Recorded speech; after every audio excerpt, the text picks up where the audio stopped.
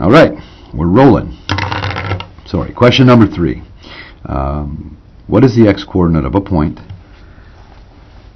that lines along a line with a rule of 4y is equal to 10x minus 16 if the y-coordinate is 63.5?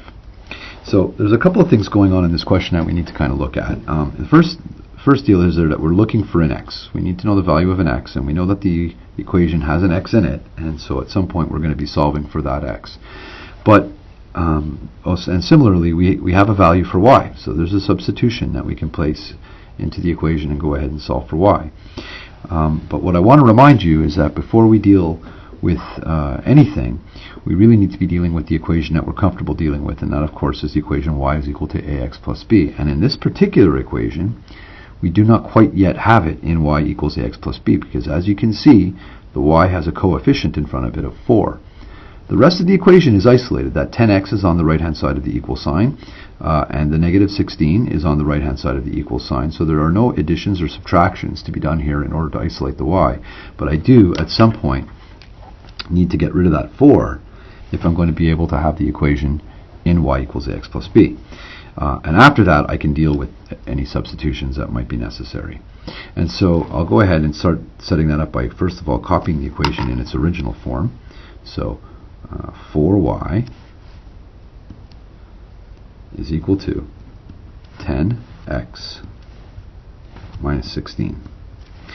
And as I said, we're going to have to go ahead and do a division in order to isolate that y. We're going to divide by 4 because there's a multiplication and we're doing opposite operations. And we have to make sure that we also divide that 4 underneath the 10 and underneath the 16, or the negative 16. And so the 4's cancel out, leaving me with 1y, which of course is y, which is exactly what I want.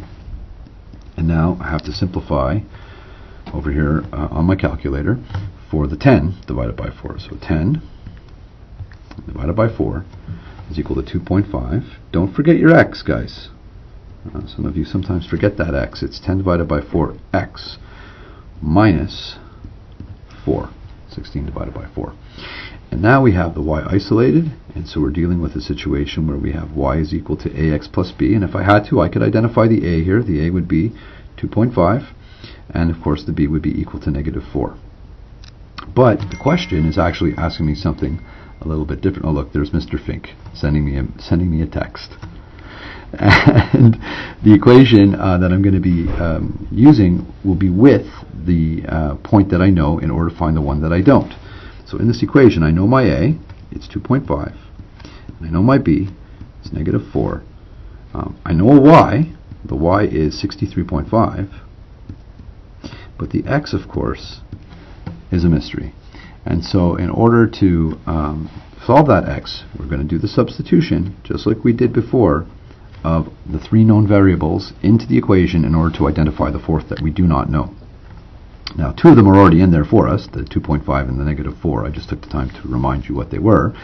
But basically all I have left to do is to put that 63.5 in where the y goes. And so 63.5 is equal to 2.5x minus 4. And now that I have numbers for the value for the variables, for the placeholders, I could go ahead and solve for that x. Now in order to solve for that x, you can see the 63.5 is already isolated from the x. It's on the opposite side of the equal sign, so that's not an issue. But I do have these 2 operations that I have to deal with. I have this multiplication with the 2.5 that I'm going to have to deal with at some point, and I have this subtraction that I'm going to have to deal with the 4. And since we're solving, we're going to go the order of operations in reverse order. We're going to do SAMDEB, which means that we're going to be subtracting and adding before we deal with any multiplications or divisions. So I'm going to go ahead and get rid of that negative 4, and the way I'm going to do that, of course, is by adding 4. And whatever I do to the left, I do to the right, and vice versa. And so since I'm adding 4 to the right here, I have to add 4 to the left. And then take the time, guys, to rewrite that equation in its proper form now that I've done the math there. So calculator says that 63, sorry, let me get that over for you, 63.5 plus 4 will be equal to 67.5. So that's the left side of the equation. Now that still remains as 2.5x on the right-hand side of the equation. Of course, the negative 4 and the positive 4 have cancelled each other out to 0, which is what I wanted, because I'm trying to get rid of the 4, which also impacted the other side. And that leaves me with this statement here. Now, we're almost home free. The last thing I have to do is to get rid of this multiplication, and we now know that to get rid of the multiplication, we go ahead and do a division, and again, whatever we do to one side, we do to the other. And so now, I'm ready to go 67.5 divided by 2.5, and that will give me a total of 27.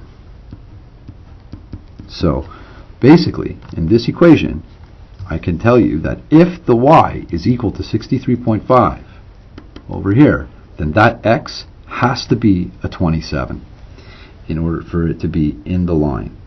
And if we wanted to, we could take that 27 and put it into the equation, and we would have to get 63.5 for the y. And just to demonstrate that on the calculator, I won't take the time to write it out, but if you want to look on the calculator at how that would work, I'm going to put the 27 into this equation, right here where the x is. And I'm going to go 2.5 times the 27, right there. It's going to equal that. And then I'm going to subtract the 4. And look, I'm left with 63.5. So when I put the 27 in there, I get 63.5 for the y, which is, of course, what they gave me to begin with. And so I have verified that solution. So you can always check your work if you need to. We'll take a look at number 4 next.